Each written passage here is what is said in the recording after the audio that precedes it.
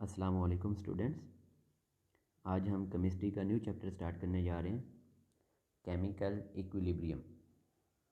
अब बच्चे first of all इस चैप्टर के अंदर हम स्टडी करेंगे रिवर्सिबल एंड इरिवर्सिबल रिएक्शंस। अब देखिए हमारे पास बच्चे कोई भी केमिकल रिएक्शन है जिसके अंदर कोई भी रिएक्टेंट्स आपस में रिएक्ट करके किस में कन्वर्ट होते हैं, प्रोडक्ट्स में कन्वर्ट होते हैं। अब ये जो केमिकल रिएक्शन है ये बोथ डायरेक्शन में प्रोसीड कर सकते हैं, मीन रिएक्टेंट्स प्रोडक्ट में कन्वर्ट होंगे और बाद में प्रोडक्ट अगेन रिएक्टेंट में भी कन्वर्ट हो सकते हैं। अब अगर रिएक्टेंट प्रोडक्ट में जाएंगे जिसको हम बोलेंगे फॉरवर्ड रिएक्शन बोलेंगे, और जब वो प्रोडक्ट्स दोबारा रिएक्टेंट में कन्वर्ट होंगे तो हम क्या बोलेंगे, रिवर्स रिएक्शन बोलेंगे। कि मीन ये जो केमिकल रिएक्शन है ये फॉरवर्ड डायरेक्शन में भी जा सकता है, ये रिवर्स डायरेक्शन में भी जा सकता है। लेकिन बाज़ दफ़ा क्या होता है कि कोई भी जो रिएक्शन है वो फॉरवर्ड ज़्यादा मूव कर रहे होते हैं, लेकिन रिवर्स रिएक्शन शो करने की उनकी जो टेंडेंसी होती है वो बहुत ज़्यादा कम होती है। और ऐसे रिएक्शन को हम क्या बोलते हैं, इरिवर्सिबल रिएक्शन। मीन जिनके अंदर जस्ट रिएक्टेंट प्रोडक्ट में कन्वर्ट होते हैं लेकिन बाद में जो प्रोडक्ट हैं वो अगेन रिएक्टेंट के अंदर कन्वर्ट नहीं होते, तो फिर उन्हें हम क्या बोलेंगे, यूनी डायरेक्शनल बोलेंगे। कि जो इरिवर्सिबल रिएक्शन होते हैं they are unidirectional, mean वो जस्ट कहाँ मूव करते हैं, फॉरवर्ड डायरेक्शन में मूव करते हैं। उनमें जस्ट रिएक्टेंट प्रोडक्ट में कन्वर्ट होंगे, अगेन प्रोडक्ट रिएक्टेंट में कन्वर्ट नहीं होंगे। और जितने भी बच्चे हमारे पास ज़्यादातर जो आयनिक कंपाउंड्स हैं वो कौन से रिएक्शन शो करते हैं, इरिवर्सिबल रिएक्शन शो करते हैं। अब ये इस एग्जांपल में अगर हम देखें, देखिए बच्चे सोडियम है, सोडियम रिएक्ट कर रहा है वाटर के साथ और क्या बन रहा है, sodium hydroxide plus hydrogen gas. अब देखें सोडियम वाटर से रिएक्ट किया, अब सोडियम हाइड्रोक्साइड और हाइड्रोजन तो बन गई, मीन ये फॉरवर्ड रिएक्शन होगी। लेकिन बाद में अगेन सोडियम हाइड्रोक्साइड का हाइड्रोजन के साथ रिएक्ट करके अगेन सोडियम और वाटर के अंदर कन्वर्ट होना, अब इसकी टेंडेंसी क्या है, बहुत कम है। रूम टेम्परेचर के ऊपर इसकी जो पॉसिबिलिटी है वो बहुत ज़्यादा निगलिजिबल है। तो हम फिर क्या बोलेंगे, this reaction is irreversible reaction. उसके अलावा एक और रिएक्शन की हम बात करते हैं, सिल्वर नाइट्रेट AgNO3। अब इसका अगर हम रिएक्शन करवाएं NaCl के साथ तो बच्चे हमारे पास प्रोडक्ट क्या बनेंगे, silver chloride plus sodium nitrate. अब आपको पता है ये फॉरवर्ड रिएक्शन बच्चे क्या हो जाता है, कंप्लीट हो जाता है।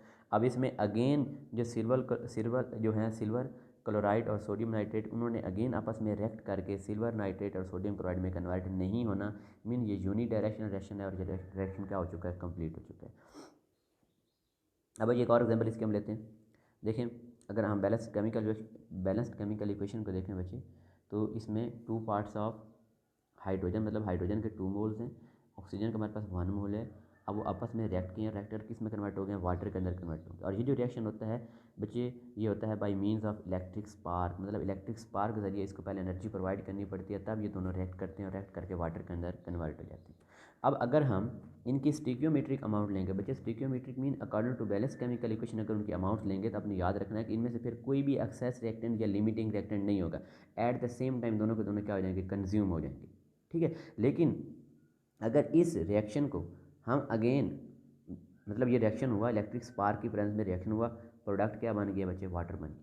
अब इस वाटर को अगर अगेन हम 1500 डिग्री सेंटीग्रेड पर अगर इसको हीट करेंगे तो ये अगेन डिकम्पोज होकर किस में कन्वर्ट हो जाएगा, हाइड्रोजन और ऑक्सीजन में कन्वर्ट हो जाएगा। लेकिन अगर इस डिकम्पोजिशन को हम रूम टेम्परेचर के ऊपर देखें या लो टेम्परेचर पर देखें तो लो टेम्परेचर के ऊपर ये वाटर अगेन डिकम्पोज होकर हाइड्रोजन और ऑक्सीजन में कन्वर्ट नहीं होगा। अगर इसमें डिकम्पोज होना है तो सिर्फ कब होगा, एट 1500 डिग्री सेंटीग्रेड। तो मीन नॉर्मल टेम्परेचर के ऊपर, लो टेम्परेचर के ऊपर वाटर अगेन डिकम्पोज नहीं हो रहा, तो इस वजह से हम इस रिएक्शन को क्या बोलेंगे, ये भी हमारे पास क्या है, इरिवर्सिबल रिएक्शन है। क्यों, क्योंकि ये सिर्फ ओनली वन डायरेक्शन के अंदर हो रहा है, mean just hydrogen oxygen react करेंगे और वाटर में कन्वर्ट होंगी। रूम टेम्परेचर पे अगेन वाटर वो है वो अगेन जो है वो हाइड्रोजन और ऑक्सीजन में कन्वर्ट नहीं होगा। इसको भी हम क्या बोलेंगे, इरिवर्सिबल रिएक्शन बोलेंगे। अब आ जाते हैं रिवर्सिबल रिएक्शन के ऊपर, उसकी एग्जाम्पल की बात करते हैं। तो बच्चे रिवर्सिबल रिएक्शन जो होता है वो बाई डायरेक्शनल होता है, मीन उसमें फर्स्ट ऑफ ऑल जो रिएक्टेंट्स हैं वो प्रोडक्ट में कन्वर्ट होंगे और अगेन जो प्रोडक्ट हैं वो दोबारा रिएक्टेंट में कन्वर्ट हो जाएंगे। और ज़्यादातर बच्चे जो कोवलेंट कंपाउंड होते हैं वो शो करते हैं रिवर्सिबल रिएक्शन। अगर इस एग्जांपल को अगर हम देखें बच्चे, नाइट्रोजन है प्लस हाइड्रोजन, ये हैबर्स जो प्रोसेस होता है उसकी इक्वेशन है। तो इसमें नाइट्रोजन और हाइड्रोजन रिएक्ट कर रहे हैं, in the presence of iron catalyst at 450 degree centigrade at high pressure. तो बच्चे किस में कन्वर्ट हो रहे हैं, अमोनिया के अंदर कन्वर्ट हो रहे हैं। अब कुछ टाइम के बाद जो अमोनिया है वो अगेन डिकम्पोज होकर कन्वर्ट हो जाएगा नाइट्रोजन प्लस हाइड्रोजन के अंदर, और फिर बाद में इनके अंदर जो है बच्चे वो एक इक्विलिब्रियम की स्टेट आ जाती है। उस स्टेट के ऊपर इक्विलिब्रियम मिक्सचर के अंदर बच्चे तीनों चीज़ें मौजूद होंगी, नाइट्रोजन भी होगी, हाइड्रोजन भी होगी और अमोनियम भी होगी। तो मीन ये जो रिएक्शन है ये फॉरवर्ड डायरेक्शन में भी जा रहा है, रिवर्स डायरेक्शन में भी जा रहा है। तो इस वजह से हम क्या बोलेंगे, रिवर्सिबल रिएक्शन बोलेंगे। अब बात करते हैं बच्चे इसकी स्टेट ऑफ केमिकल इक्विलिब्रियम। अब देखें बच्चे, अब अगर हमारे पास कोई भी रिवर्सिबल रिएक्शन है, अगर उसकी हम कंडीशन चेंज ना करें तो उस वक्त उसके जो रिएक्शन मिक्सचर है उसकी कंपोजिशन भी कभी भी चेंज नहीं होगी। मीन देखें, अगर वो जो रिवर्सिबल रिएक्शन है अगर वो कंटिन्यू रहता है तो उसके रिएक्शन मिक्सचर के अंदर रिएक्टेंट भी मौजूद होंगे और प्रोडक्ट भी मौजूद होंगे। अभी हमने बात की है बच्चे नाइट्रोजन और हाइड्रोजन की बात की है उनके रिएक्शन की, और अमोनिया में कन्वर्ट हुए हैं। तो अगर वो रिवर्सिबल रिएक्शन है तो उनके रिएक्शन मिक्सचर के अंदर नाइट्रोजन भी होगी, हाइड्रोजन भी होगी और अमोनिया भी होगी, लेकिन कब तक, जब तक उसकी कंडीशन को हम चेंज नहीं करेंगे। तो मतलब क्या हुआ, अगर हम कंडीशन को चेंज नहीं करेंगे तो बच्चे फिर वो एक जो रिएक्शन है वो एक स्पेसिफिक स्टेट को अटेन कर लेता है जिसे हम क्या बोलते हैं, स्टेट ऑफ केमिकल इक्विलिब्रियम। और एक दफ़ा जब केमिकल इक्विलिब्रियम की स्टेट एस्टेब्लिश हो जाएगी तो फिर वो जो रिएक्शन है वो फॉरएवर चलता रहेगा जब तक उसे हम डिस्टर्ब नहीं करेंगे। इसको बच्चे डायग्राम से देखते हैं, यहाँ पर एग्जांपल से देखें। हमारे पास इस रिएक्शन के अंदर ए और बी रिएक्टेंट है, वो किसके अंदर कन्वर्ट हो रहे हैं, सी और डी प्रोडक्ट के अंदर कन्वर्ट हो रहे हैं। ए और बी हमारे पास बच्चे रिएक्टेंट हैं और सी और डी हमारे पास यहाँ क्या हैं, प्रोडक्ट्स हैं। अब शुरू के अंदर बच्चे देखें रिएक्टेंट हमारे पास ज़्यादा होंगे, प्रोडक्ट क्या होंगे, वो कम होंगे। तो मीन देखें जो रिएक्टेंट्स हैं उनकी जो कर्व है वो यहाँ से स्टार्ट हो रही है और जो प्रोडक्ट की कर्व है बिल्कुल ज़ीरो से स्टार्ट हो रही है, क्योंकि इनिशियल जो कंडीशन है उनके अंदर प्रोडक्ट्स क्या होनी है बच्चे, ज़ीरो होनी। अब जैसे जैसे टाइम प्रोसीड करेगा रिएक्टेंट की कंसनट्रेशन डिक्रीज़ होती जाएगी और प्रोडक्ट की कंसनट्रेशन इंक्रीज़ होती जाएगी। फिर एक ऐसा टाइम आएगा कि जब जो रिएक्टेंट्स और जो प्रोडक्ट्स हैं उनकी बच्चे जो अमाउंट्स है वो ऑलमोस्ट इक्वल हो जाएंगी। देखें ना, मतलब जो रिएक्टेंट्स हैं उनकी अमाउंट क्या हो रही है, डिक्रीज़ होकर वो कांस्टेंट हो जाएगी। प्रोडक्ट की अमाउंट क्या हो रही है, इंक्रीज़ होकर वो भी क्या हो जाएगी, कांस्टेंट हो जाएगी। मीन उस स्टेट के ऊपर हम क्या बोलेंगे, रिएक्शन हमारा जो है वो केमिकल इक्विलिब्रियम के अंदर आ गया, क्योंकि इक्विलिब्रियम कंडीशन के अंदर उनकी जो रिएक्शन मिक्सचर की जो कंसनट्रेशन होती हैं दे बिकम कांस्टेंट। और बच्चे एमसीक्यूज भी आ चुका है, at the time of equilibrium the concentration become constant. अब बच्चे इस एग्जांपल को अगर हम हाइड्रोजन और आयोडीन के लिहाज से देखें तो बच्चे देखें हाइड्रोजन और आयोडीन है, ये दोनों रिएक्टेंट हैं, प्रोडक्ट में कन्वर्ट हो रहे हैं hydrogen iodide at 425 degree temperature. अब अगर बच्चे ये इक्विलिब्रियम को अगर ये अटेन करता है रिएक्शन, तो इक्विलिब्रियम के ऊपर इस रिएक्शन मिक्सचर के अंदर तीनों कंपोनेंट मौजूद होंगे और डेफिनेट प्रोपोर्शन के अंदर होंगे। मीन उस रिएक्शन मिक्सचर के अंदर हाइड्रोजन भी होगी, आयोडीन भी होगी और हाइड्रोजन आयोडाइड भी होगी। कब, एट इक्विलिब्रियम पोजीशन। और इसमें बच्चे अगेन वही है कि जो हमारे पास हाइड्रोजन आयोडाइड है उसकी राइजिंग कर्व बनेगी, क्यों, क्योंकि वो प्रोडक्ट है, पहले काम था वो इंक्रीज़ हो रहा है। जो रिएक्टेंट्स से हाइड्रोजन और आयोडीन उनकी हमारे पास एक फॉलिंग कर्व बनेगी, क्यों, क्योंकि उनकी कंसनट्रेशन क्या होनी है, डिक्रीज़ होनी है। लेकिन एक ऐसा टाइम आएगा कि जिसके बाद उन दोनों की जो कंसनट्रेशन होगी वो क्या हो गई है, कॉन्स्टेंट होंगी। और ये हमारे पास बच्चे जो कंडीशन है, मतलब उन्होंने कौन सी कंडीशन अटेन होगी हमारे पास, ये केमिकल इक्विलिब्रियम की कंडीशन है वो अटेन होगी। And this situation suggest to possibilities of the state of chemical equilibrium. देखें फर्स्ट यहाँ पर बच्चे हमारे पास क्या आ रही है, पॉइंट क्या आ रहा है कि all chemical reaction cease at equilibrium so that the system become stationary. कि हमें ऐसा लगता है कि जो इक्विलिब्रियम की कंडीशन के ऊपर जो हमारा रिएक्शन है वो सीज कर गया, हालांकि एक्चुअली रिएक्शन तो कंटिन्यू है, लेकिन चूंकि उनकी कंसंट्रेशन वो कांस्टेंट हो जाती है तो हमें क्या लगता है कि रिएक्शन हमारा क्या हो चुका है, स्टेशनरी हो चुका है। और दूसरा बच्चे इंपॉर्टेंट पॉइंट है कि केमिकल इक्विलिब्रियम की स्टेट के ऊपर जो रेट ऑफ फॉरवर्ड रिएक्शन है वो रेट ऑफ रिवर्स रिएक्शन के इक्वल हो जाता है, उन दोनों का जो रेट है वो एग्जैक्टली सेम हो रहा होता है। It is now universally accepted that the latter condition prevail in a reversible reaction at equilibrium stage of reaction and it is known as the state of dynamic equilibrium. बच्चे वही कि जब equilibrium की stage आएगी तो उस वक्त rate of forward reaction become equal to rate of reverse reaction but in opposite direction. अब बच्चे लॉ ऑफ मैस सेशन की बात करते हैं, ये किसने प्रेजेंट किया था, CM गुलबर्ग एंड P वेग इन 1864।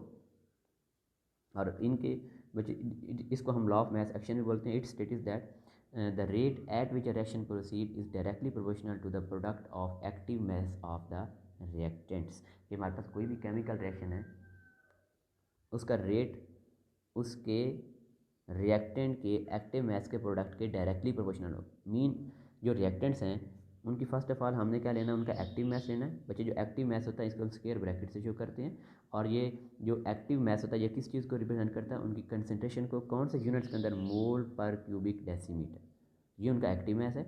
अब उनके एक्टिव मास का हमने लेना है प्रोडक्ट। अब इस एग्जाम्पल को हम इसको क्लियर करते हैं। देखें हमारे पास इक्वेशन बच्चे ए और बी रिएक्टेंट है, सी और डी प्रोडक्ट है, ठीक है। अब इनकी जो एक्टिव मास है उनको हमने रिप्रेजेंट किया, उनके हमने इर्द स्क्वायर ब्रैकेट लगा दिए जो कि उनके एक्टिव मास को रिप्रेजेंट कर रहे हैं। मीन एक्टिव मास उनकी कंसंट्रेशन को इन मोल पर क्यूबिक डेसीमीटर के अंदर उनको एक्सप्रेस किया जा रहा है। अब लॉ ऑफ मास एक्शन के मुताबिक बच्चे देखें, first of all forward reaction के रेट की बात करें तो जो रेट ऑफ फॉरवर्ड रिएक्शन होगा वो रिएक्टेंट की एक्टिव मास के प्रोडक्ट के डायरेक्टली प्रोपोर्शनल होगा।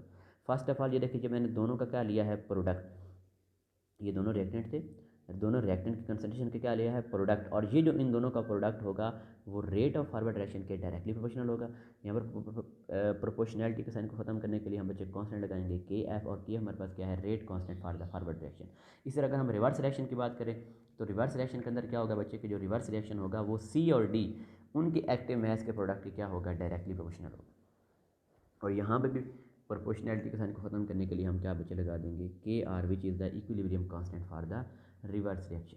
अब हमें पता है बच्चे कि जब इक्विलिब्रियम की कंडीशन आती है तो उस वक्त rate of forward reaction become equal to rate of reverse reaction. तो हम आर एफ की वैल्यू पुट कर देंगे और साथ आर आर की वैल्यू पुट कर देंगे। उनको जब रीअरेंज करेंगे तो बच्चे हमारे पास जो equilibrium constant for the forward reaction और equilibrium constant for the reverse reaction, उन दोनों की जो रेशियो लेंगे तो वो रेशियो किसके आती है, इक्विलिब्रियम कांस्टेंट के सी के इक्वल आती है। और अगर हम के सी के अगर एक्सप्रेशन को देखें तो बच्चे जब भी हमने के सी की एक्सप्रेशन लिखनी है तो इसके अंदर नॉमिनेटर के अंदर प्रोडक्ट्स आते हैं और डिनोमिनेटर के अंदर बच्चे क्या आते हैं, हमारे पास रिएक्टेंट्स आते हैं। मीन अब ऊपर हमने प्रोडक्ट लिखना है, नीचे हमने रिएक्टेंट लिखना है। और के सी को हम क्या बोलते हैं, इक्विलिब्रियम कांस्टेंट। और ये दो रेट कांस्टेंट की रेशियो है। वो कौन से दो रेट कांस्टेंट हैं, के एफ बटा के सी, मतलब ये दो रेट कांस्टेंट है। और इन दो रेट कांस्टेंट, सॉरी यहाँ पे आना था के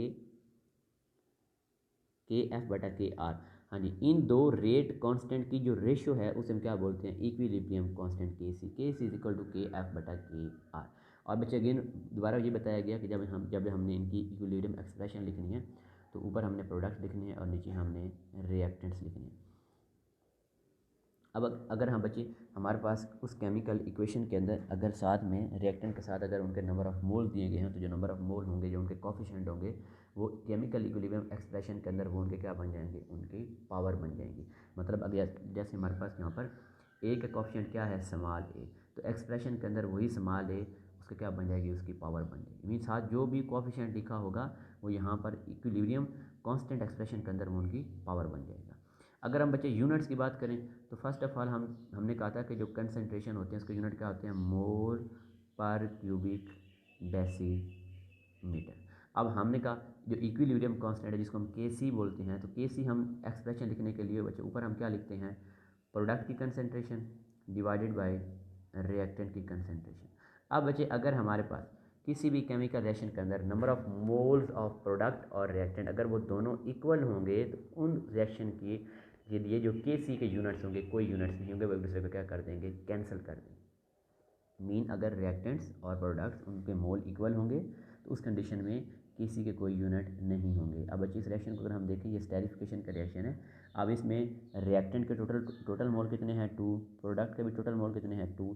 तो हमने कहा जब रिएक्टेंट और प्रोडक्ट के मोल इक्वल होंगे तो उस वक्त किसी के कोई यूनिट नहीं होंगे, क्योंकि ये सारे उससे क्या कर देंगे, कैंसिल कर देंगे। अब नीचे वाले एग्जाम्पल में देखें तो अब यहाँ पे नंबर ऑफ़ मोल इक्वल नहीं है तो मतलब कोई ना कोई यूनिट्स होंगे। अब बच्चे देखिए यूनिट्स निकालने का आपको एक सिंपल से शॉर्ट ट्रिक बतानी है, बस आपने उसी को फॉलो करना है, बाकी छोड़ें इसको सबको। देखें आपने लिखना है मोल पर क्यूबिक डेसीमीटर और इसकी पावर हमने बना लेनी है डेल्टा एन, मोल पर cubic decimetre raise to power delta n. अब बच्चे ये डेल्टा एन क्या चीज़ है, number of moles of product minus number of mole of reactant. हम इस इक्वेशन पे इसको अप्लाई करते हैं, ये इस इक्वेशन के ऊपर देखें, number of mole of product कितने बचे, 2 माइनस रिएक्टेंट्स के मोल कितने हैं 4, 2 - 4 आंसर क्या आ जाएगा -2। तो मीन इस कंडीशन के अंदर डेल्टा एन की वैल्यू क्या आ गई है -2। तो मैंने यहाँ पे ऊपर लिख दिया -2। अब -2 को नीचे मल्टीप्लाई करेंगे तो जो इसके यूनिट्स क्या आ जाएंगे, मोल पावर -2 और माइनस माइनस प्लस 3 2 6, तो dm+6। दोबारा देख लें ऐसे, मतलब इस अमोनिया वाली इस इक्वेशन का जो डेल्टा एन की वैल्यू आई थी वो कितनी आई थी -2। देखें मोल पर क्यूबिक डेसीमीटर और इसकी पावर हमारे पास क्या है -2। तो -2 को अंदर मल्टीप्लाई कर देते क्या बन जाएगा, मोल पावर -2 और dm माइनस माइनस प्लस 3 2 6, तो dm+6। मतलब इस शॉर्टकट से हम किसी भी केमिकल के जो कोई भी केमिकल रिएक्शन है तो उसके यूनिट्स हम डायरेक्ट लिख सकते हैं। दोबारा मैं लिख रहा हूँ यहाँ पर मोल पर क्यूबिक डेसीमीटर और इसकी पावर क्या है डेल्टा एन। और डेल्टा एन किसे बोलते हैं, number of product minus number of mole of product minus number of mole of reactant, NP minus NR। अब बच्चे यहाँ पर देखें, ये हमारे पास एक रिएक्शन नेक्स्ट जो है वो रिएक्शन गिवन है 2A + B और प्रोडक्ट यहाँ पर क्या है C। अब शुरू के अंदर बच्चे जब रिएक्शन स्टार्ट होगा तो उस वक्त देखें जो हमारे पास जो रिएक्टेंट है A उसकी कंसंट्रेशन कितनी है 0.5, B जो रिएक्टेंट है उसकी कंसंट्रेशन कितनी है 0.6 और जो प्रोडक्ट C है वो इनिशियल में क्या होगा, उसकी कंसंट्रेशन 0 होगी।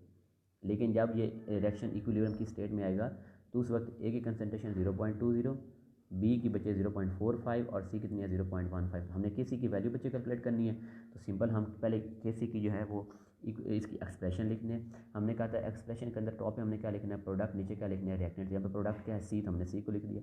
अब नीचे जब रिएक्टेंट लिखने हैं तो हमने कहा था उसके साथ जो कोफिशिएंट होगा वो उसकी पावर बनेगा।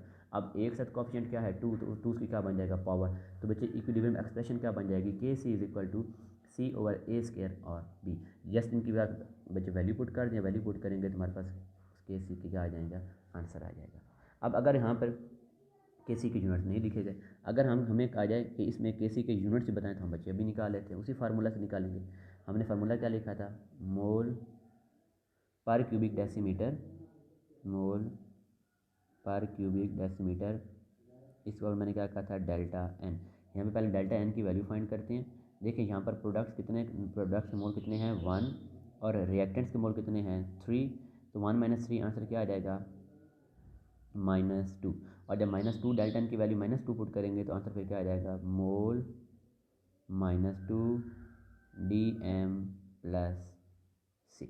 ये हमारे पास आ जाएंगे, इसके यूनिट्स आ जाएंगे। तो मतलब हम इस शॉर्टकट से किसी भी रिएक्शन के जो इक्विलिब्रियम कांस्टेंट के जो यूनिट हैं उसको हम बच्चे Kc की यूनिट को हम फाइंड कर सकते हैं। नेक्स्ट बच्चे equilibrium constant expression for some important reaction हमारे पास है। देखिए फर्स्ट हमारे पास रिएक्शन है बच्चे ये एस्टेरिफिकेशन का है। हमें पता है कि एस्टर कब बनता है हमारे पास कि जब एसिड और अल्कोहल आपस में रिएक्ट करते हैं। यहाँ पर ऑर्गेनिक एसिड लेना है हमने, मिनरल एसिड नहीं लेना। ऑर्गेनिक एसिड मीन कोई भी कार्बोक्सिलिक एसिड लेना है। यहाँ पर हमने एसिटिक एसिड लिया, एसिटिक एसिड को एथेनॉल से रिएक्ट करवाया तो क्या बन गया इथाइल एसीटेट और साथ में बच्चे हमारे पास क्या आ गया है वाटर आ गया। अब देखें शुरू के अंदर एसिटिक एसिड की कंसंट्रेशन उसके नंबर ऑफ मोल कितने हैं A और साथ में अल्कोहल के मोल कितने हैं B। और ये रिएक्शन हम करवा रहे हैं ये कराते हैं in the presence of a catalyst, जो कि कैटलिस्ट के तौर पर क्या यूज़ होता है कोई भी मिनरल एसिड है, मतलब एसिडिक कंडीशन के अंदर ये रिएक्शन होता है। अब बच्चे हमने इस रिएक्शन की प्रोग्रेस को चेक करना है कि रिएक्शन किस स्पीड से आगे जो है वो प्रोसीड कर रहा है, रिएक्शन कहाँ तक पहुँचा है। तो हम कैसे उसको बच्चे चेक करेंगे, by finding out the concentration of acetic acid after regular interval. हम कुछ टाइम के बाद एसिटिक एसिड की कंसंट्रेशन को चेक करेंगे तो उस समय पता चल जाएगा कि हमारा रिएक्शन किस साइड पर प्रोसीड कर रहा है।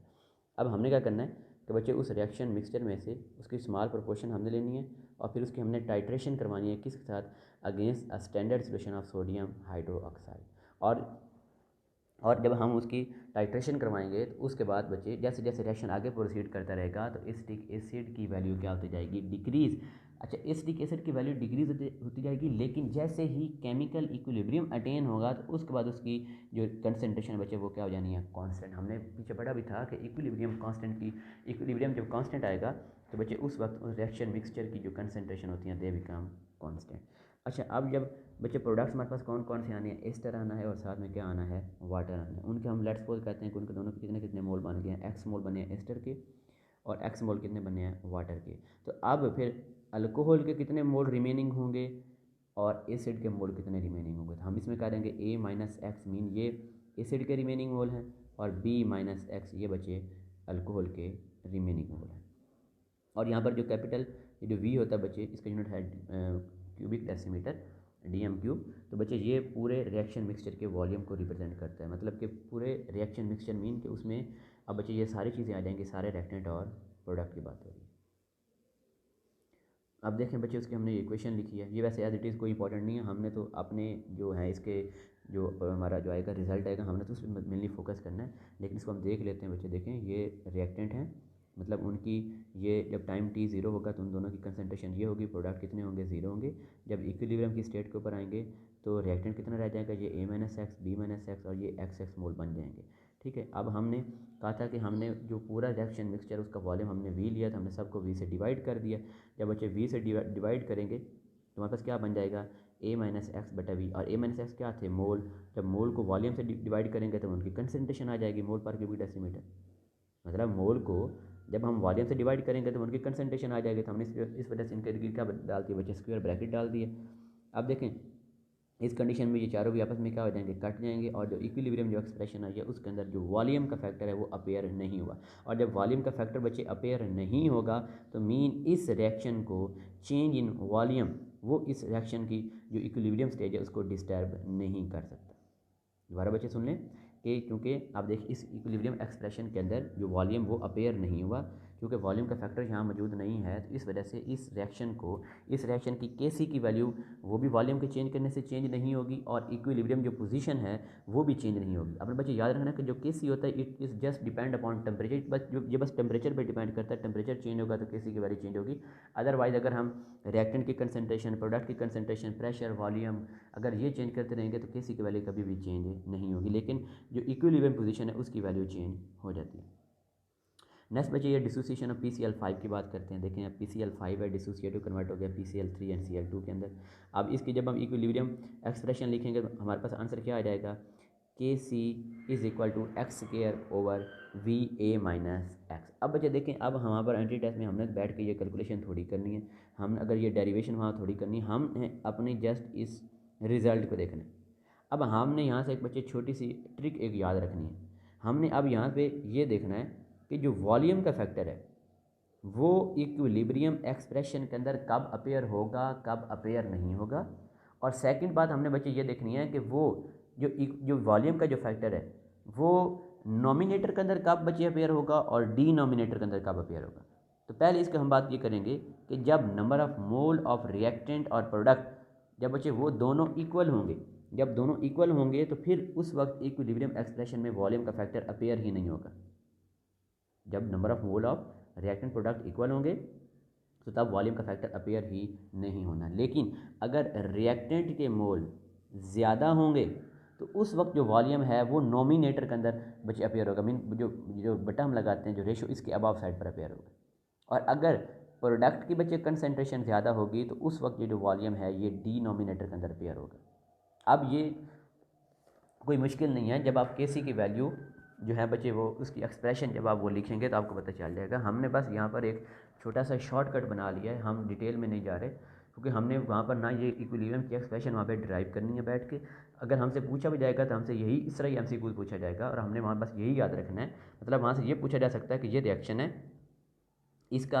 इसको जो वॉल्यूम चेंज है वो इसको अफेक्ट कर सकता है या नहीं कर सकता। तो फिर हमें पता होना चाहिए कि वो जो वॉल्यूम है, वॉल्यूम का फैक्टर वो इस इक्वेशन के अंदर, इक्विलिब्रियम एक्सप्रेशन के अंदर होगा नहीं होगा, वो नॉमिनेटर के अंदर है डिनोमिनेटर के अंदर है। तो उसके लिए आपको बता दिया कि अगर रिएक्टेंट की नंबर ऑफ मोल ज़्यादा होंगे तो जो वॉल्यूम होगा वो नॉमिनेटर के अंदर आएगा। अगर प्रोडक्ट के नंबर ऑफ मोल ज़्यादा होंगे तो बच्चे वो किसके अंदर आ जाएगा, डिनोमिनेटर के अंदर आ जाएगा। अब इसी में आपको इक्वेशन बता रहे तो ये देखें, अब ये इक्वेशन है। अब इसके अंदर आप खुद देखें कि जो नंबर ऑफ मोल है बच्चे वो किसके ज़्यादा हैं, नंबर ऑफ मोल प्रोडक्ट के ज़्यादा हैं। तो मैंने कहा था कि जब प्रोडक्ट के नंबर ऑफ मोल ज़्यादा होंगे तो जो वॉल्यूम का जो फैक्टर है वो डिनोमिनेटर के अंदर अपेयर होगा। तो अब इसकी हम डायरेक्ट जाकर इसके अगर हम एक्सप्रेशन देखें तो बच्चे देखें वॉल्यूम कहाँ पे अपेयर हो रहा है, जो वॉल्यूम है वो डिनोमिनेटर के अंदर अपेयर हो रहा है। तो दोबारा सुन ले बच्चे, अगर रिएक्टेंट नंबर ऑफ मोल ज़्यादा होंगे तो जो वॉल्यूम है वो नॉमिनेटर के अंदर अपेयर होगा, और अगर प्रोडक्ट के नंबर ऑफ मोल ज़्यादा होंगे तो वो डिनोमिनेटर के अंदर अपेयर होगा। बस आपने यही कुछ याद रखना है। अब बच्चे अगली क्वेश्चन देखें, डिसोसिएशन ऑफ N2O4। अब इसमें भी देख लें आप, जो अब यहाँ पर प्रोडक्ट के क्या हैं, नंबर ऑफ मोल ज़्यादा है ना, तो देखें वॉल्यूम कहाँ पे पेयर हो रहा है, डिनोमिनेटर के अंदर अपेयर हो रहा है। अब बच्चे आगे देखें, अमोनिया की बात करते हैं। अमोनिया के केस में अगर आप गौर से देखें तो बच्चे यहाँ पर रिएक्टेंट के नंबर ऑफ मोल क्या है, ज़्यादा। तो जब रिएक्टेंट के नंबर ऑफ मोल ज़्यादा होंगे तो जो वॉल्यूम का फैक्टर होगा वो कहाँ पे अपेयर होगा, वो नोमिनेटर के अंदर अपेयर होगा। नेक्स्ट बच्चे हम रिलेशनशिप की बात करते हैं, relationship between the equilibrium constant.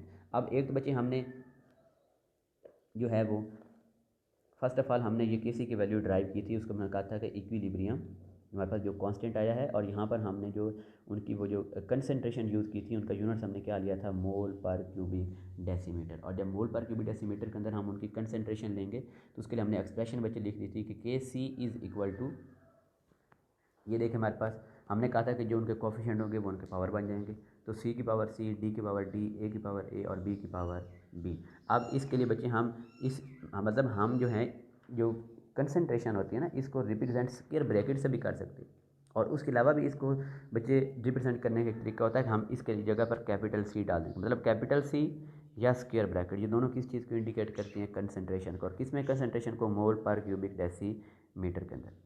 तो बच्चे यहाँ पर ये मिस्टेक है, यहाँ पर आपने ये ठीक करना, ऊपर सही लिखा हुआ है कैपिटल सी, बल्कि ये सारा गलत लिखा हुआ है, इसको ऐसे आना चाहिए था, कैपिटल सी ए की पावर ए, कैपिटल सी बी, बी की पावर बी, इसी तरह फिर कैपिटल सी, सी की पावर सी, कैपिटल सी, और फिर बच्चे यहाँ पे आना था डी और इसकी पावर स्मॉल डी। मतलब यहाँ पर जो सॉरी उल्टा हमने लिख दिया, ऊपर प्रोडक्ट लिखने थे, कैपिटल सी और ये सी की power C, capital C, capital D और इसकी power small d, capital C, capital A, इसकी power small a, capital C, capital B, इसकी पावर स्मॉल बी। मतलब यहाँ पर जो हम कैपिटल सी डालते हैं ना, ये कैपिटल सी बच्चे किस चीज़ को इंडिकेट कर रहा है, ये उनकी कंसंट्रेशन को इंडिकेट कर रहा है इन मोल पर क्यूबिक डेसीमीटर।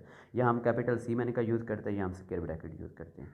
अब बच्चे हम बात करते हैं गैसेस केस में, अगर हमारे पास वो रिएक्टेंट और प्रोडक्ट के अंदर अगर हमारी वो आइडियल गैसेस हों तो बच्चे उनके लिए अब हम कुछ और यूनिट्स पे यूज़ कर सकते हैं। उसके लिए हम यूज़ कर सकते हैं पार्शियल प्रेशर।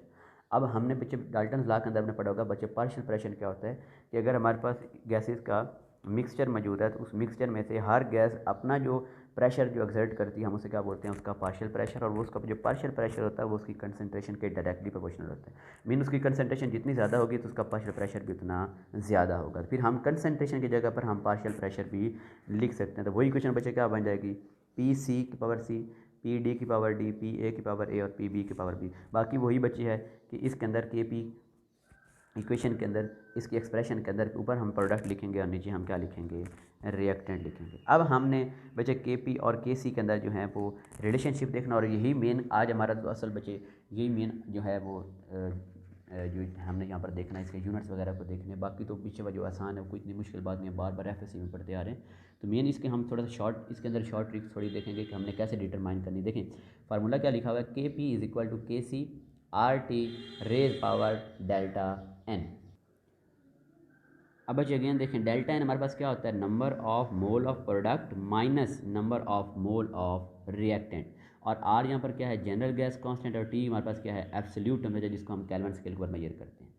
अब बच्चे हमने ना यहाँ से देखना है कि के पी और के सी इन दोनों के अंदर आपस में क्या रिलेशन होगा, कौन से रिएक्शन के अंदर के पी की वैल्यू ज़्यादा होगी और कौन से रिएक्शन के अंदर के सी की वैल्यू ज़्यादा होगी, इनका हमने आपस में देखना है। तो बच्चे याद रखना है, जब हमारे पास डेल्टा एन की वैल्यू ज़ीरो होगी, डेल्टा एन की वैल्यू ज़ीरो मीन कि जब number of mole of product number of mole of reactant के इक्वल होंगे तो डेल्टा एन की वैल्यू कितनी आ जाएगी, ज़ीरो।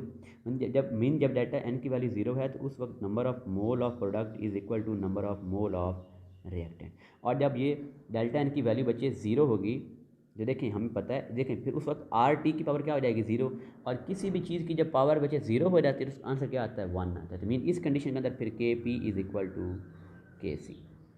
दोबारा बच्चे यहाँ पर देख लें, मैंने ये कहा कि जब हमारे पास डेल्टा एन की वैल्यू ज़ीरो आ जाएगी तो उस वक्त मैं इस आर टी के ऊपर क्या लिखूँगा, ज़ीरो नहीं लिखूँगा। और मैंने कहा किसी भी चीज़ की जो पावर ज़ीरो होती है उसका आंसर क्या आता है, वन आता है। मतलब यहाँ पर ये बनेगा के सी मल्टीप्लाई बाय वन, तो आंसर फिर क्या आ जाएगा, के सी। और इधर क्या आ जाएगा, के पी। मतलब के p is equal to K सी कब, जब डेल्टा एन की वैल्यू ज़ीरो हो, मीन जब number of mole of reactant और प्रोडक्ट दोनों क्या हों, इक्वल हों। अब बात करते हैं बच्चे कि अगर किसी केमिकल रिएक्शन के अंदर number of mole of reactant वो ज़्यादा हों और number of mole of product वो क्या हूँ, कम हूँ। तो उस वक्त बच्चे डेल्टा एन की जो वैल्यू होगी, देखिए प्रोडक्ट कम है, रिएक्टेंट ज़्यादा है, और डेल्टा एन का फार्मूला क्या होता है, number of mole of product minus reactant. तो मीन उस कंडीशन के अंदर जो डेल्टा एन की फिर वो जो वैल्यू आएगी बच्चे वो ज़ीरो से लेस आएगी, और जब इसकी वैल्यू ज़ीरो से लेस आएगी तो उस वक्त जो के पी की वैल्यू है वो लेस होगी और के सी की वैल्यू क्या होगी, ज़्यादा। और अगर रिएक्शन के अंदर number of mole of product वो ज़्यादा हूँ, number of mole of reactant वो ज़्यादा हूँ, वो कम हूँ, प्रोडक्ट ज़्यादा हूँ, रिएक्टेंट का नंबर ऑफ मोल कम हूँ, तो उस कंडीशन के अंदर जो डेल्टा एन की वैल्यू आएगी वो ऑलवेज ग्रेटर देन ज़ीरो आएगी, क्योंकि उसका फार्मूला हमने क्या लगाया, number of mole of product minus number of mole of reactant. जब प्रोडक्ट के नंबर ऑफ मोल ज़्यादा होंगे तो डेल्टा एन की वैल्यू ज़ीरो से अबव होगी, जब वो ज़ीरो से अबव होगी तो उस वक्त बच्चे जो के पी होगा इट इज़ ग्रेटर देन के सी। अब हमने यहाँ पर तीन कंडीशन रखी हैं, अगेन सुनने बच्चे। पहली कंडीशन ये कि जब number of mole of reactant product equal होंगे डेल्टा एन की वैल्यू ज़ीरो होगी, जब डेल्टा एन की वैल्यू ज़ीरो होगी तो के p is equal to K सी। दूसरी कंडीशन आपको ये बताई कि जब रिएक्टेंट के नंबर ऑफ मोल ज़्यादा हैं, प्रोडक्ट के कम है, तो उस वक्त जब आप डेल्टा एन की वैल्यू निकालेंगे तो वो लेस देन ज़ीरो बनेगी।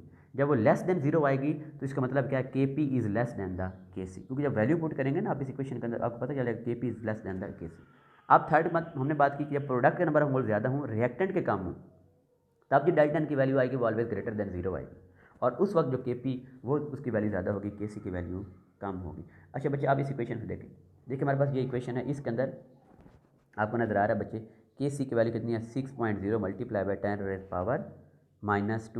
अब इसके लिए जब हम बच्चे के पी की वैल्यू कैलकुलेट करने जा रहे हैं, देखिए कैसे कैलकुलेट करेंगे। फर्स्ट ऑफ ऑल हम डेल्टा एन की बात करें तो बच्चे देखें इसमें number of mole of product कम है, number of mole of reactant वो क्या है, वो ज़्यादा है। तो अभी आपको मैंने बताया था कि जब number of mole of reactant ज़्यादा हूँ, प्रोडक्ट कम हूँ, तो फिर जो डेल्टा एन का आंसर आएगा वो ज़ीरो से लेस आएगा, और जब वो ज़ीरो से लेस आएगा तो उस वक्त के पी की वैल्यू कम होगी और के सी की वैल्यू ज़्यादा होगी। इसके डायरेक्ट अगर हम आंसर के ऊपर जाएँ तो देख लें आप बच्चे कि जो के पी की जो वैल्यू आ रही है वो कम आ रही है और जो के सी की वैल्यू है वो ज़्यादा है। ठीक है, अब मतलब हम ये डायरेक्ट भी बता सकते हैं, हमें कोई यहाँ पर जो है इसको सॉल्व करने की ज़रूरत नहीं है, हमें डायरेक्ट पता चल जाएगा। यस, हमने क्या देखना है, नंबर ऑफ मोल ऑफ जो है वो रिएक्टेंट और प्रोडक्ट देखना है। इसका हम एक और शॉर्ट ट्रिक में बच्चे बता सकते हैं, देखें गौर से, K p is directly proportional to the products, कि प्रोडक्ट की कंसंट्रेशन या प्रोडक्ट के नंबर ऑफ मोल जितने ज़्यादा होंगे तो के पी की वैल्यू उतनी ज़्यादा होगी। या हम ये भी कह सकते हैं K p is equal to directly proportional to the delta n, delta n की वैल्यू जितनी ज़्यादा होगी तो उस वक्त बच्चे के पी की वैल्यू के सी से उतनी ज़्यादा होगी। तो ये बच्चे तीन कंडीशन है, ये अपने याद रख लेनी है। नेक्स्ट हम एप्लीकेशन की बात करते हैं, तो बच्चे इसकी हमने जो इक्विलिब्रियम कांस्टेंट है उसके ज़रिए हम किसी भी रिएक्शन की डायरेक्शन को बता सकते हैं, उसके एक्सटेंट को बता सकते हैं कि रिएक्शन कंप्लीट हो चुका है नहीं कंप्लीट हो चुका, और साथ में बच्चे हम इक्विलिब्रियम कांस्टेंट और इक्विलिब्रियम जो पोजीशन है उनको कौन से फैक्टर अफेक्ट कर रहे हैं वो भी हम इससे चेक कर सकते हैं। फर्स्ट ऑफ ऑल हम बच्चे बात करते हैं डायरेक्शन ऑफ रिएक्शन की। अब बच्चे देखें, अगर हमसे ये पूछा जाए डायरेक्शन ऑफ रिएक्शन का मतलब जो रिएक्शन है वो फॉरवर्ड डायरेक्शन में जाएगा या रिवर्स डायरेक्शन में जाएगा, तो इसके लिए फ़र्स्ट ऑफ ऑल हम क्या करते हैं, देखिए हमें ये तो पता है कि जब इक्विलिब्रियम के बच्चे स्टेट आती है तो हम कैसे निकालते हैं कि हम बच्चे के सी की वैल्यू कैसे निकालते हैं, इक्विलिब्रियम कांस्टेंट की प्रोडक्ट को रिएक्टेंट से क्या कर देते हैं, डिवाइड कर देते हैं। ठीक है, अब अगर हमने ये चेक करना हो कि हमारा जो रिएक्शन है वो इक्विलिब्रियम की स्टेट में भी पहुंचा है नहीं पहुंचा, या उसे इक्विलिब्रियम की स्टेट में पहुंचने के लिए अभी फॉरवर्ड डायरेक्शन में जाना है या अभी फिर दोबारा या फिर रिवर्स डायरेक्शन में आना, तो इस मतलब फिर के सी की वैल्यू से हम ये बता सकते हैं कि हमारा रिएक्शन है वो किस डायरेक्शन के अंदर जाएगा। अब बच्चे देखें, अब अगर हम किसी भी टाइम के ऊपर, चाहे रिएक्शन वो इनिशियल स्टेट में हो या फाइनल स्टेट में हो, किसी भी टाइम के ऊपर हम प्रोडक्ट की कंसंट्रेशन लेंगे, उन प्रोडक्ट की कंसंट्रेशन को जब रिएक्टेंट कंसंट्रेशन से डिवाइड करेंगे तो बच्चे अब इस रेशियो को हम बोलेंगे रिएक्शन कोशेंट बोलेंगे, और इसको हम डिनोट करते हैं क्यू सी के साथ, इसको बोलते हैं रिएक्शन कोशेंट। और जो हम बात करते हैं ना के सी इक्विलिब्रियम कांस्टेंट, वो तो हम तब बात करते हैं ना कि जब हमारे पास रिएक्शन इक्विलिब्रियम में होता है, लेकिन अब हम कह रहे हैं कि कोई भी टाइम है, हमने प्रोडक्ट की कंसंट्रेशन ली, रिएक्टेंट की ली, उनको डिवाइड किया, हमारे पास जवाब क्या आ गया, रिएक्शन कोशेंट। अब इस रिएक्शन कोशेंट क्यू सी की वैल्यू को हमने के सी से मेजर क्या करना है, कंपेयर करना है। अगर हमारे पास जो क्यू सी की वैल्यू है, क्यू सी की वैल्यू अगर बच्चे वो के सी से क्या होगी, कम होगी। अब क्यू सी क्या था, Q C is equal to what's, देखें product concentration over reactant concentration. तो आप मुझे खुद बताएं कि ये जो रेशो है प्रोडक्ट ओवर रिएक्टेंट रेशो, जिसको मैं क्यू सी भी बोल रहा हूँ, इसकी वैल्यू कम कब आएगी, देखें याद रखना बच्चे, आपने डिनोमिनेटर के अंदर जब वैल्यू जितनी बड़ी होगी ना तो उसका आंसर उतना कम आएगा। मीन यहाँ पर अगर ये रेशियो का आंसर कम आ रहा है तो मतलब कि इस कंडीशन में उस रिएक्शन के अंदर रिएक्टेंट्स ज़्यादा हैं और प्रोडक्ट कम है। तो अगर रिएक्टेंट्स ज़्यादा हैं प्रोडक्ट कम है तो उसने इक्विलिब्रियम को अटेन करने के लिए बच्चे कहाँ मूव करना है, in the forward direction move करना है।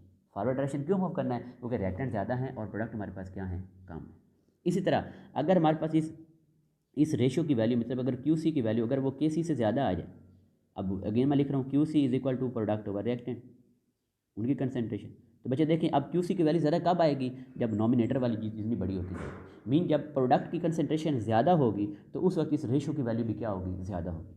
तो अगर प्रोडक्ट ज़्यादा हो रिएक्टेंट कम हो तो बच्चे इक्विलिब्रियम को अटेन करने के लिए वो रिएक्शन कहाँ जाएगा, इन द रिवर्स डायरेक्शन जाएगा। और अगर उस बच्चे वो जो रेशियो है क्यू सी अगर वो के सी के इक्वल आ जाएगी तो मतलब हमारा जो रिएक्शन है वो कहाँ पे है, वो एट इक्विलिब्रियम है। मतलब इनकी वैल्यू को हम देख के बता सकते हैं कि हमारा रिएक्शन है वो किस डायरेक्शन में प्रोसीड कर रहा है। अब बच्चे यहाँ पर देखें इस इक्वेशन के अंदर हमने जस्ट वही उसकी इक्विलिब्रियम एक्सप्रेशन लिखी है, उसके अंदर हमने वैल्यूज़ पुट कर दी हैं। तो ये देखें बच्चे अब यहाँ पर इसके लिए के सी की वैल्यू वैसे कितनी होती है बच्चे, वो 4 होती है। लेकिन हमने एट एनी इंस्टेंट हमने उसकी वहाँ से उनकी कंसेंट्रेशन ली है, उनकी वैल्यू निकाली है। तो यहाँ पर एक्चुअली क्यू सी आना चाहिए था, क्यू सी की वैल्यू कितनी आई है 2। अब क्यू सी की वैल्यू क्या है, कम है, के सी की वैल्यू क्या है, वो ज़्यादा है। तो अब आप खुद बताएं कि रिएक्शन किस डायरेक्शन में जाएगा बच्चे, रिएक्शन हमारे पास जो है वो फॉरवर्ड डायरेक्शन में जाएगा in order to attain the equilibrium. Next हम बात करते हैं एक्सटेंट ऑफ केमिकल रिएक्शन की। एक्सटेंट ऑफ रिएक्शन का मतलब बच्चे ये है कि जो हमारा रिएक्शन है वो किस हद तक पहुंच चुका है, उसकी किस हद तक तकमील हो चुका है, वो अभी फॉरवर्ड मतलब कि वो कंप्लीट हो चुका है, इनकम्प्लीट है, किस डायरेक्शन में जा रहा है। डायरेक्शन नहीं मतलब हम यहाँ पर बस ये बताएंगे कि हमारा जो रिएक्शन है वो कंप्लीट हो चुका है या नहीं हो चुका। ठीक है। अब बच्चे उससे पहले एक चीज़ याद रखना आपने कि जो भी चीज़ जितनी ज़्यादा उसकी जो स्टेबिलिटी होती है, स्टेबिलिटी वो उसके रिएक्टिविटी के इन्वर्सली प्रोपोर्शनल होती है। मीन जो जितनी ज़्यादा स्टेबल होगी तो उसकी रिएक्टिविटी उतनी कम होगी। इस तरह जो स्टेबिलिटी होती है वो उस चीज़ की एग्जिस्टेंस के भी डायरेक्टली प्रोपोर्शनल होती है। मीन जिस चीज़ की स्टेबिलिटी जितनी ज़्यादा होगी तो वहाँ पर वो मौजूद भी उतनी ज़्यादा देर के लिए होगी। ठीक है, इस पॉइंट का अपने गौर से देखना। अच्छा अब पहले पॉइंट की हम बात करते हैं बच्चे कि अगर क्यू के सी की वैल्यू बहुत ज़्यादा लार्ज है, अब अगर के सी की वैल्यू बहुत ज़्यादा लार्ज है तो वो किस चीज़ को इंडिकेट कर रही है कि हमारा जो रिएक्शन है वो ऑलमोस्ट कंप्लीट हो चुका है। Mean all reactants are converted into products. तो अगर के सी की वैल्यू ज़्यादा हो तो मतलब रिएक्टेंट सारे के सारे प्रोडक्ट में कन्वर्ट हुए बैठे हैं। तो वहाँ से मैं अगर स्टेबिलिटी की अब यहाँ पर बात लेकर आएँ तो मतलब इस रिएक्शन के अंदर जो रिएक्टेंट्स थे दे वर हाईली अनस्टेबल। अब वो अनस्टेबल थे इसी वजह से तो वो जल्दी जल्दी सारे के सारे प्रोडक्ट में कन्वर्ट होंगे। मीन इस कंडीशन के अंदर जो रिएक्टेंट्स हैं बच्चे वो अनस्टेबल हैं और जो हमारे प्रोडक्ट्स होंगे वो स्टेबल होंगे। रिएक्टेंट्स अनस्टेबल और प्रोडक्ट क्या होंगे, वो स्टेबल होंगे। अब अगर हम बात करें के सी की वैल्यू कम है तो बच्चे जब के सी की वैल्यू स्मॉल होगी, मीन ना बहुत ज़्यादा होगी ना बहुत कम होगी, तो उस वक्त जो फॉरवर्ड और रिवर्स रिएक्शन है वो दोनों ऑलमोस्ट प्रोसीड कर रहे थे। मतलब कुछ वो फॉरवर्ड में जा रहा होता है, कुछ वो कहाँ जा रहा होता है, रिवर्स के अंदर जा रहा होता है। और अगर हम लास्ट की बात करें, the case is value is very very very small, अगर बच्चे वो बहुत कम होगी तो मतलब उस वक्त जो हमारे रिएक्शन में सारे के सारे रिएक्टेंट पड़े हैं और प्रोडक्ट की कंसनट्रेशन बहुत कम है। तो अगर रिएक्टेंट बहुत ज़्यादा पड़े हैं तो मतलब क्या है कि इस कंडीशन के अंदर रिएक्टेंट बहुत ज़्यादा स्टेबल हैं। अगर वो स्टेबल हैं तो इसी वजह से उनकी रिएक्टिविटी कम है और वो प्रोडक्ट में नहीं जा रहे।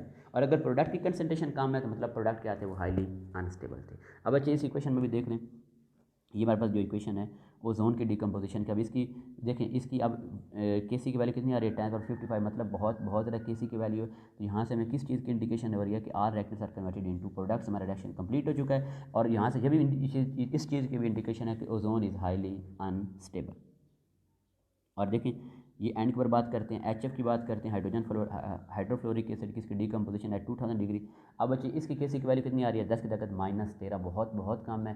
तो मतलब किस चीज़ की इंडिकेशन है, सारे रिएक्टेंट्स पड़े हैं, प्रोडक्ट कम पड़े हैं। रिएक्टेंट अगर ज़्यादा पड़े हैं तो उनकी स्टेबिलिटी क्या है, ज़्यादा, उनका आगे प्रोडक्ट में कन्वर्ट होने को दिल ही नहीं कर रहा। अब बात करते हैं बच्चे effect of condition on position. देखें बच्चे याद रखना कि इक्विलिब्रियम कांस्टेंट और पोजीशन ऑफ इक्विलिब्रियम ये दोनों अलग अलग चीज़ें। के सी जो होता है उसको हम इक्विलिब्रियम कांस्टेंट बोलते हैं, उसकी वैल्यू जस्ट और जस्ट मैंने कहा था टेम्परेचर पर डिपेंड करती है। उसकी वैल्यू जो होती है वो उन रिएक्टेंट्स और प्रोडक्ट की कंसंट्रेशन पर कभी भी डिपेंड नहीं करती, एक्सटर्नल कंडीशन पर डिपेंड नहीं करती, प्रेशर वॉल्यूम पर भी डिपेंड नहीं करती, सिर्फ और सिर्फ डिपेंड करती है टेम्परेचर पर। लेकिन जब हम प्रोडक्ट और रिएक्टेंट की जो रेशो लेते हैं उन प्रोडक्ट और रिएक्टेंट की रेशो को हम बच्चे क्या बोलते हैं, पोजीशन ऑफ इक्विलिब्रियम। लेकिन जो पोजीशन ऑफ इक्विलिब्रियम होती है वो कंडीशन चेंज करने से वो चेंज हो जाती है। अगर हमारे पास Kc की वैल्यू बहुत ज़्यादा है तो मतलब हमारा रिएक्शन कंप्लीट हो चुका है, all reactants are converted into products. तो फिर इस कंडीशन के अंदर जब हम इनकी रेशो लेंगे तो वो हमें रेशो क्या बताएगी कि हमारा जो इक्विलिब्रियम पोजीशन होगा it is on the right side of the chemical equation. इसी तरह बच्चे अगर हमारे पास Kc की वैल्यू बहुत कम हो तो उस वक्त फिर हमारे पास जो इक्विलिब्रियम की पोजीशन वो कहाँ पे होगी बच्चे, वो on the left side of the reversible reaction होगी। ओके स्टूडेंट्स, अल्लाह हाफ़िज़।